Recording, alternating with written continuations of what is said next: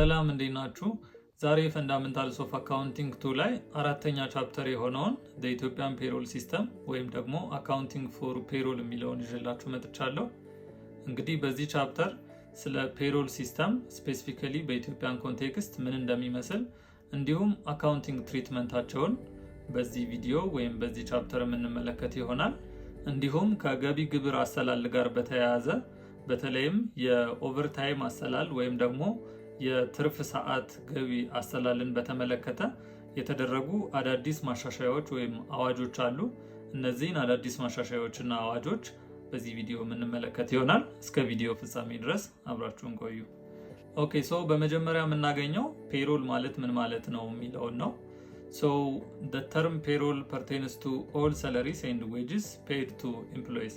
እንግዲህ ፔሮል የምንለው ድርጅቶች ሰራተኞች ለሰሩበት ስራ ወይም ደግሞ ለሰጡት አገልግሎት የሚፈጽሙት ክፍያ ማለት ነው። payroll means it is the total amount that a company pays to its employees for their or for the service they rendered for a specified period of time። ስለዚህ ለተወሰነ ጊዜ ለሰጡት አገልግሎት ወይም ደግሞ ለሰሩት ስራ ድርጅቶች ወይም ቀጣሪ መስሪያ ቤቶች ለሰራተኞቹ የሚከፍሉትን ክፍያ ፔሮል ብለን እንጠራዋለን ማለት ነው። ክፍያው የሚፈጸመው በወር ሊሆን ይችላል፣ በኳርተር ሊሆን ይችላል፣ ሰሚ አኑዋሊ ሊሆን ይችላል ወይም ደግሞ በአመት ሊከፈል ይችላል ማለት ነው። ስለዚህ በዚህ መንገድ በተቀመጠ የቀነ ገደብ ውስጥ ሰራተኞች ለሰሩበት ስራ ወይም ደግሞ ለሰጡት አገልግሎት ድርጅቶች የሚፈጽሙትን ክፍያ ፔሮል ብለን እንጠራዋለን ማለት ነው። ሌላው ፔሮል አካውንቲንግ ማለት ምን ማለት ነው የሚለውን እንመለከታለን። ፔሮል አካውንቲንግ is the process of recording and reporting all payroll related expenses in a company's accounting system። payroll accounting ማለት ደግሞ ፔሮል ሪሌትድ ኤክስፐንሶችን ወይም ደግሞ ከፔሮል ጋር የተያያዙ ወጪዎችን የመመዝገብ እንዲሁም ለሚመለከተው ክፍል ሪፖርት የማድረግ አጠቃላይ ሂደት ደግሞ ፔሮል አካውንቲንግ ብለን እንጠራዋለን ማለት ነው። ይህም ምንን ሊጨምር ይችላል? የሰራተኞችን ደሞዝ ካልኩሌት ከማድረግ አንስቶ እስከ ለሚመለከተው ክፍል ሪፖርት እስከ ማድረግ ድረስ ሊደርስ ይችላል ማለት ነው። ሌላው the importance of payroll accounting ነው። እንግዲህ የፔሮል አካውንቲንግ አስፈላጊነት ምን እንደሆነ እንመለከታለን ማለት ነው። የመጀመሪያው የፔሮል አካውንቲንግ አስፈላጊነት employees are sensitive to payroll errors and irregularities. Timely and accurate payroll payments help to maintain good employee morale and motivation። እንግዲህ ሰራተኞች ደሞዛቸውን በተመለከተ በጣም ሴንሲቲቭ ናቸው። ከሚከፈላቸው ክፍያ ውስጥ አንድ ብርም ሆነ አንድ ሳንቲም እንዲቀነስባቸው አይፈልጉም። ስለዚህ ትክክለኛ የሆነ የደሞዝ አሰላል ወይም ደግሞ ጊዜውን የጠበቀ የደሞዝ አሰላል ሰራተኞች ስራቸውን በአግባቡ እንዲፈጽሙ ወይም እንዲከውኑ ስለሚረዳቸው ፔሮል አካውንቲንግ ጠቃሚ ነው እንላለን ማለት ነው። ሁለተኛው ፔሮል is subject to government regulations። እንግዲህ መንግስት ድርጅቶች ላይ እንዲሁም ሰራተኞች ላይ ከሚያገኙት ገቢ ላይ የገቢ ግብር እንደሚቆርጥ ይታወቃል። የእያንዳንዱ ሰራተኛ ገቢ በትክክል ከተመዘገበ ወይም ደግሞ ኪፕ ትራክ ከተደረገ ወይም ሪከርድ ከተደረገ መንግስት የድርሻውን ታክስ ለመውሰድ በቀላሉ ይችላል ማለት ነው። ስለዚህ ፔሮል አካውንቲንግ ለገቨርንመንት ሬጉሌሽን ወይም ደግሞ ለታክስ ፐርፐዝ አስፈላጊ ሆኖ እናገኘዋለን ማለት ነው። ሌላውና ሶስተኛው ፔሮል ኤንድ ፔሮል ሪሌትድ ኤክስፐንስስ ኮንስቲቲዩት ኤ ማጀር ኮስት ቱ አን ኤምፕሎየር ኤንድ አፌክት ዘ ኔት ኢንካም ግሬትሊ። እንግዲህ የፔሮል አካውንቲንግ ሌላኛው ጥቅም ደግሞ ምንድነው?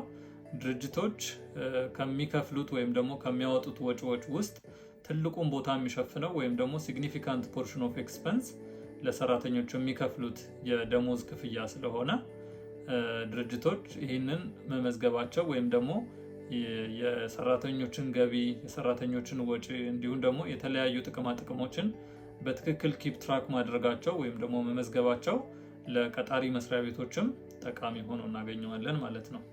ድርጅቶች ይህንን ማወቃቸው ደግሞ ትክክለኛ ወይም ደግሞ ኢንፎርምድ ዲሲሽኖችን እንዲወስኑ ያስችላቸዋል ማለት ነው። ሌላው በዚህ ቪዲዮ የምንመለከተው ዴፊኒሽን ኦፍ ፔሮል ኤንድ ሪሌትድ ተርምስ የሚለውን ነው። የመጀመሪያው ሰለሪ ኤንድ ዌጅስ ነው። እንግዲህ ሰለሪ እና ዌጅ ኢንተርቼንጅብሊ ነው ብዙ ጊዜ የምንጠቀመው፣ አንዱን በሌላው ቦታ እያደረግን እንጠቀማለን። ነገር ግን ሁለቱም የተለያዩ ትርጓሜዎች አሏቸው። So wage is used to refer to payments for manual labor that are paid based on the number of hours worked or the number of units produced. እንግዲህ ብዙ ጊዜ ዌጅ የምንለው አንስኪድ ለሆኑ ሌበሮች የሚከፈልን ክፍያ ነው ዌጅ እያልን የምንጠራው።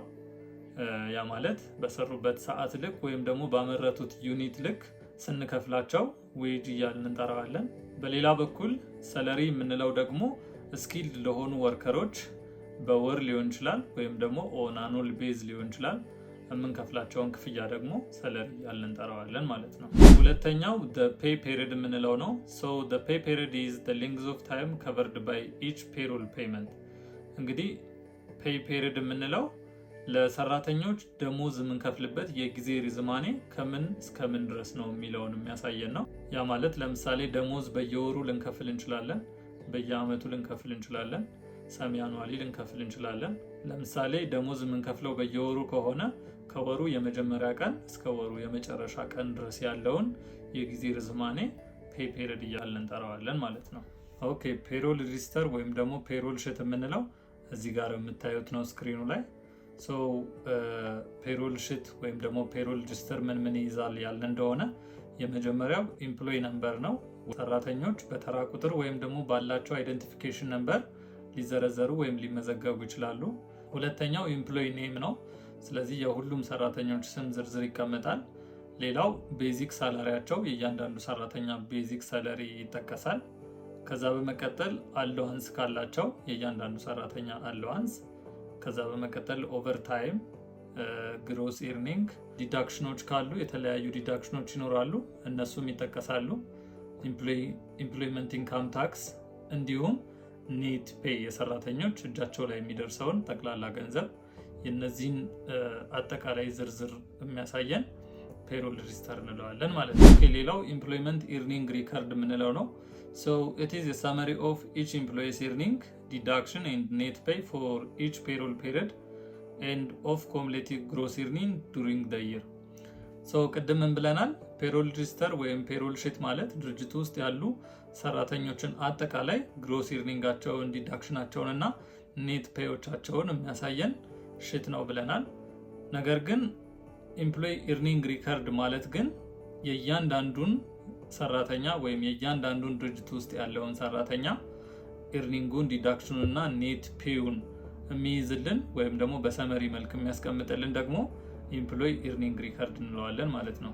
ስለዚህ ፔሮል ሬጂስተር ወይም ፔሮል ሺት የምንለው ድርጅቱ ውስጥ ያሉ ጠቅላላ ሰራተኞችን ግሮስ ኢርኒንጋቸውን፣ ዲዳክሽናቸውና ኔት ፔዮቻቸውን የሚያሳየን ነው። ኢምፕሎይ ኢርኒንግ ሪከርድ የምንለው ደግሞ የእያንዳንዱን ሰራተኛ ለእያንዳንዱ ሰራተኛ ለየብቻ እነዚህን የሚያሳየን ወይም ደግሞ እነዚህን በሰመሪ መልክ የሚያሳየን ኢምፕሎይ ኢርኒንግ ሪከርድ እንለዋለን ማለት ነው። ኦኬ ሌላው ፔይ ቼክ የምንለው ነው። ሰው አንዳንድ ጊዜ ድርጅቶች ለሰራተኞቻቸው በጥሬ ገንዘብ ሳይሆን ቼክ በመጻፍ ለሰራተኞቻቸው ደሞዛቸውን በዛ መንገድ እንዲወስዱ ሊያደርጉ ይችላሉ ማለት ነው። So paycheck is an instrument for paying salary if the firm makes payment via writing a check in the name of each employee for the net pay or a check for the total net pay.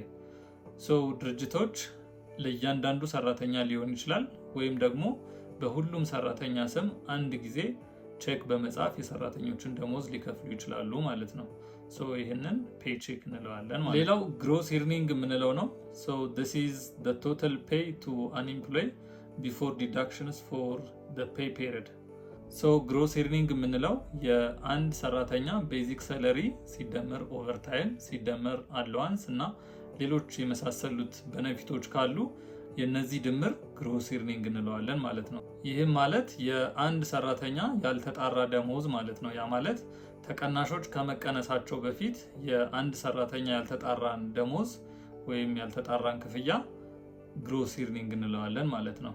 ስለዚህ ግሮስ ኢርኒንግ የምንለው ምንም አይነት ታክስ ወይም ደግሞ ምንም አይነት የፔንሽን ኮንትሪቢዩሽን የሰራተኛው ደሞዝ ላይ ከመቀነሱ በፊት ያለው የእርኒንግ ግሮስ እርኒንግ እያልን እንጠራዋለን ማለት ነው።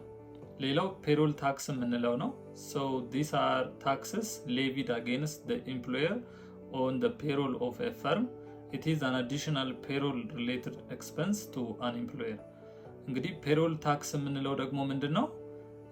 ሰራተኛው ከሚያዋጣው 7% ፔንሽን ኮንትሪቢዩሽን በተጨማሪ ድርጅቶች ለሰራተኞች የሚያዋጡት 11% ያክል የፔንሽን ኮንትሪቢዩሽን አለ ማለት ነው። ፔሮል ታክስ የምንለው ከቀጣሪ መስሪያ ቤቶች ወይም ደግሞ ከድርጅቶች የሚጣል የታክስ አይነት ነው። ይህም ማለት ድርጅቶች ለሰራተኞቻቸው የሰራተኞችን ደሞዝ 11% ያክል ታክስ ሌቪድ ይደረጋሉ ማለት ነው። ስለዚህ ፔሮል ታክስ የምንለው ሰራተኞች ላይ የሚጣል ሳይሆን የቀጣሪ መስሪያ ቤቱ ወይም ደግሞ ድርጅቱ ላይ የሚጣል የታክስ አይነት ነው ማለት ነው። ሌላው ዊዝሆልዲንግ ታክስ የምንለው ነው።